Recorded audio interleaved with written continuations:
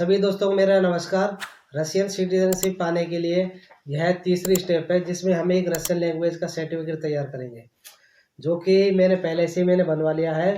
और अगर आपने मेरी पिछली 2 स्टेप नहीं देखी है तो कृपया उनको भी जाकर देखिए, जिससे आपको समझ में आ जाए कि किस तरह से मैं रशियन सिटीजनशिप अप्लाई कर रहा हूँ।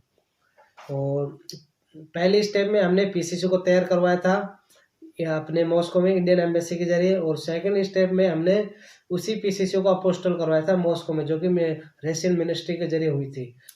तो मैंने ये रशियन लैंग्वेज का सर्टिफिकेट पहले से मैंने तैयार करवा लिया है। इसको तैयार करवाने के लिए आपको हमें बहुत सारी स्कूलें मिल जाएंगी जो कि फॉरेनर के लिए होती हैं स्पेशली। और इसको तैयार करने के लिए मैं एक स्कूल में गया था। उस स्कूल में मैंने बात की थी, मुझे रशियन लैंग्वेज का सर्टिफिकेट की ज़रूरत है। उन्होंने कहा कि हो जाएगा तैयार। अगर आपको रशियन लैंग्वेज आती है तो आपको 2000 रूबल का पेमेंट करना पड़ेगा। अगर आपको रशियन लैंग्वेज नहीं आती है तो आपको 10,000 रूबल का पेमेंट करना होगा। मैंने उनको बोला कि 10,000 रूबल का पेमेंट क्यों? उन्होंने कहा कि 10,000 रूबल हमारी रिश्वत होती है जो कि वो लोग करवाते हैं। तो मैंने कहा ठीक है, मैंने उनको तुरंत 10,000 रूबल का पेमेंट कर दिया था। 7 दिन बाद एग्जाम होगा तो आप इसके क्वेश्चन को और इसके आंसर को याद कर लेना। मैंने कहा ठीक है, तो मैं घर चला गया।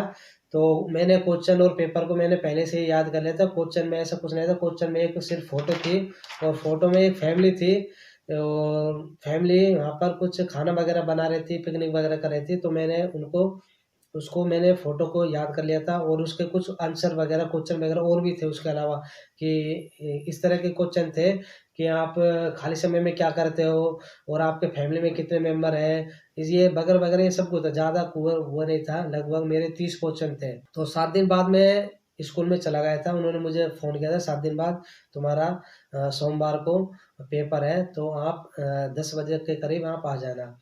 तो मैं 10 बजे पहुँचा, कि 11 बजे मेरा पेपर स्टार्ट हो गया था। तो एक सिंगल रूम था, सिंगल रूम में एक मैं था और एक लड़की थी। मतलब बुरा मत मानना, मैं था और एक लड़की थी।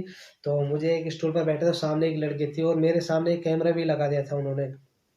तो पहला उस लड़की के पास जैसे अपने क्वेश्चन पेपर में कुछ भरते नहीं है क्या, अपने इंडिया में होता है, नाम नाम भरना पड़ता है, रोल नंबर भरना पड़ता है, पिताजी का नाम, ये वगैरह। तो पहला उन्होंने पूछा मुझसे क्वेश्चन, आप रशियन लैंग्वेज का सर्टिफिकेट क्यों बनवा रहे हो? मैंने पूछा कि मैंने उनसे कहा कि मुझे टीआरपी के लिए अप्लाई करना है। ठीक है, तुम कहाँ से हो? मैंने बोला इंडिया से। उन्होंने कहा कि तुम्हारे मम्मी पापा का नाम क्या है? तो मैंने नाम वगैरह पूछा। फिर ठीक है, स्टार्ट हो गया। उन्होंने मुझे तुरंत 3 पेज का क्वेश्चन दे दिया था, और मुझे मालूम था कि मैंने पहले से ही पेमेंट कर दिया था 10,000 का। तो ठीक है, मैं आया था। तो पहले उसमें फर्स्ट क्वेश्चन था, इस फोटो में आपको क्या नज़र आ रहा है? तो मैंने वहाँ पर लिख दिया एक फैमिली है जो कि पिकनिक पर आई है। इस फोटो में कितने लोग हैं?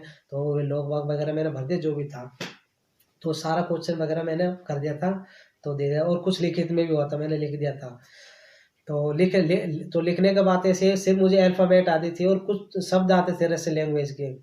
तो लिखने के बाद जैसे अपन इंडिया में जब अपन एग्ज़ाम वगैरह होता है, जब अपन को सिर्फ कॉपी भरने से मतलब होता है, जो अपनी बोर्ड की परीक्षा होती है ना, उसमें क्या है कि अपन क्या है सप्लीमेंट्री ले लेते हैं, और जो अपन उसको कॉपी को भरने से मतलब होता है, चाहे साला कुछ ही भरो। तो ऐसे ही था, मैंने साला में भर दिया ऊट-पटांग, ठीक है भर दिया। भरने के बाद मैं चला गया था, सिग्नेचर वगैरह मेरा हो गया। उसके बाद 2 दिन बाद उन्होंने मुझे फ़ोन किया, कहा कि तुम पास हो गए हो, तुम्हारा सर्टिफिकेट लेने के लिए आ जाओ। ठीक है, फिर मैं 2 दिन बाद सर्टिफिकेट लेने के लिए चला गया था। तो ये मेरा सर्टिफिकेट था, आप ये देख सकते हो। मेरा यहाँ पर नाम वगैरह रशियन लैंग्वेज में मेरा यहाँ पर नाम वगैरह भी है, देखो, देख रहे हैं ना? तो रविंद्र ये नाम आ गया, और इसमें एग्ज़ाम भी डेट भी आ गई। तो इस तरह से मैंने इस रशियन लैंग्वेज को सर्टिफिकेट को मैंने तैयार करवाया था। इसकी अपन को जब अपन टीआरपी के लिए अप्लाई करेंगे, इसकी अपन को बहुत ही ज़रूरत होगी, क्योंकि वो लोग देखते हैं आपके पास रशियन लैंग्वेज का सर्टिफिकेट है या नहीं है। तो वीडियो को पूरी देखने के लिए बहुत बहुत धन्यवाद। अगर आपको कुछ भी समझ में नहीं आता है, किसी भी तरह की हेल्प चाहिए, तो कृपया आप मुझसे कॉन्टेक्ट करो, और आप सारा काम कानूनी के तौर पर करेंगे। मैं चाहता हूँ कि कोई भी लोग बाग जो भी ये डंकी रूट वगैरह से आते हैं, कुछ आते हैं पासपोर्ट को जड़ा फेंक देते हैं, इससे कुछ फ़ायदा नहीं है। आप मुझसे कॉन्टेक्ट करो, मैं आपकी पूरी हेल्प करूँगा डॉक्यूमेंट तैयार करवाने में। तो चौथी स्टेप में हम क्या है कि एक डेटा कार्ड तैयार करेंगे। उस डेटा कार्ड के बारे में अगली वीडियो देखिए, आपको सब कुछ समझ में आ जाएगा।